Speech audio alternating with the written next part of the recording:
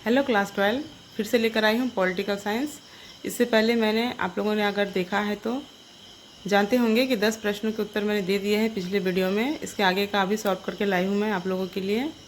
Exam बहुत नज़दीक है, आप लोगों ने पूरा प्रिपरेशन ले ही लिया है, मेरे पिछले वीडियो से पढ़ा है, और जिसमें भी थोड़ी प्रॉब्लम है, कोई डाउट है, तो मैंने उसे पिन कर दिया है प्रश्नों में उसका आंसर बनाते समय। अगर किसी भी तरह का प्रॉब्लम आ गया है या फिर वह करेक्ट आंसर नहीं है तो मैंने उसे पिन कर दिया है, आप लोग वहाँ से करेक्ट कर लीजिएगा। अब बढ़ते हैं 11वां प्रश्न की तरफ। संयुक्त राष्ट्र से संबंधित नहीं एक संगठन है, यहाँ पर नहीं पूछा गया है, तो इसका आंसर होगा ऑप्शन बी सार्क। इसके आगे है 12वां नंबर प्रश्न है, अंतर्राष्ट्रीय न्यायालय के न्यायाधीशों का कार्यकाल कितना होता है? इसका आंसर होगा ऑप्शन सी 9 वर्ष। 13वां नंबर प्रश्न है, संयुक्त राष्ट्र की अर्थविधायी सभा कानून है? आंसर होगा ऑप्शन ए महासभा। बच्चों, यह एबीटीए की बुक से सॉल्व किया गया है, आप लोग ध्यान रखिएगा। प्रश्न बंगला मीडियम के प्रश्न बनते हैं, बंगाली मीडियम के, तो उसे हिंदी में बनाना होता है। अगला प्रश्न है 16वां नंबर, हम शांति के लिए एकजुट है संकल्प अपनाया गया था? आंसर होगा ऑप्शन बी 1950 में। और कुछ प्रश्न इसमें मिस भी हो गए हैं, उस पर भी ध्यान देंगे बाद में। अभी है 17वां नंबर प्रश्न, दक्षिण एशिया में गरीबी का कारण है? आंसर है ऑप्शन बी जनसंख्या। इसके आगे है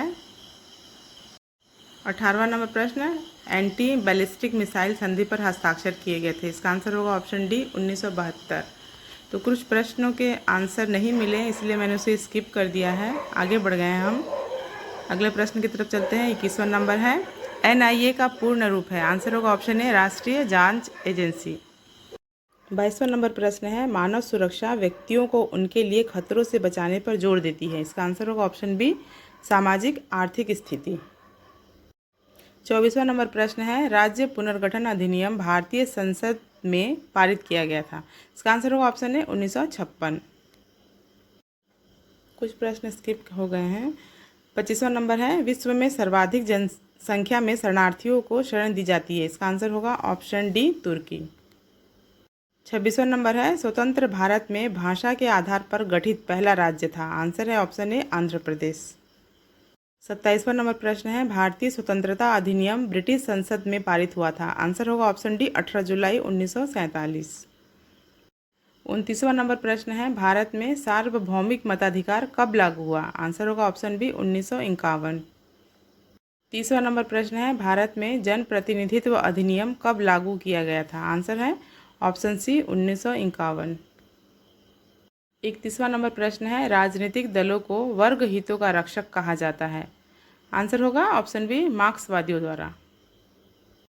33वां नंबर प्रश्न है, भारतीय संविधान के अनुच्छेद जो ऑप्शन दिए गए हैं चुनाव आयोग के गठन का प्रावधान है, तो किस में है भारतीय संविधान के अनुच्छेद? आंसर होगा ऑप्शन ए 324 में चुनाव आयोग के गठन का प्रावधान है। इसके आगे है 34वां नंबर प्रश्न, चीन ने तिब्बत पर आक्रमण किया? आंसर है ऑप्शन बी 1950 में। 35वां नंबर प्रश्न है, CTBT पर हस्ताक्षर कौन से सन में किए गए थे? तो आंसर होगा इसका ऑप्शन सी 1996 में। 30वां नंबर प्रश्न है, पोखरण 2 परमाणु परीक्षण का कोड नाम था? आंसर होगा ऑप्शन डी ऑपरेशन शक्ति। 37वां नंबर प्रश्न है, भारत और रूस के बीच सहयोगात्मक प्रयासों के माध्यम से भारत में कौन सा परमाणु ऊर्जा संयंत्र विकसित किया गया था? इसका आंसर होगा option A Kudankulam power plant, जो कि केरल में है। 38वां नंबर प्रश्न है, बांग्लादेश और भारत के बीच शांति और मैत्री संधि पर हस्ताक्षर किए गए थे? आंसर होगा ऑप्शन बी 1972। 39वां नंबर प्रश्न है, शिमला समझौते पर हस्ताक्षर किए गए थे? इन दिए गए ऑप्शनों में आंसर होगा ऑप्शन बी भारत और पाकिस्तान के बीच। 40वां नंबर प्रश्न है, भारत और चीन के बीच सीमा युद्ध हुआ? आंसर है ऑप्शन बी 1962 में। तो ये 40 प्रश्न खत्म होते हैं। कुछ प्रश्नों के आंसर मैंने नहीं दिए हैं, थोड़ा सा कन्फ्यूजन था प्रश्नों के आंसर निकालने में, तो मैंने उसे स्किप कर दिया है। और इसके पिछले वीडियो में मैंने 10 प्रश्नों के उत्तर दिए हैं, तो वहाँ से पढ़ लीजिए। उसके आगे का इस वीडियो में है। तो एग्ज़ाम नज़दीक है, तो अच्छे से पढ़ाई कीजिए, अच्छे से पेपर दीजिए, और कैसा एग्ज़ाम जा रहा है वो आकर मुझे कमेंट कीजिए। और आप लोग कहाँ से हो बच्चों, आप लोग कमेंट सेक्शन में बताओ मुझे कहाँ कहाँ से मेरा वीडियो देखा जा रहा है, कहाँ कहाँ से आप लोग पढ़ रहे हो और कितना हेल्पफुल है वो भी बताओ मुझे कि मेरे वीडियो से आप लोगों को कितना फ़ायदा मिल रहा है पढ़ाई में, कितना आसान हो रहा है पढ़ाई। तो आप लोग कमेंट करके मुझे बता सकते हो। चलिए मिलते हैं अगले वीडियो में। Thank you.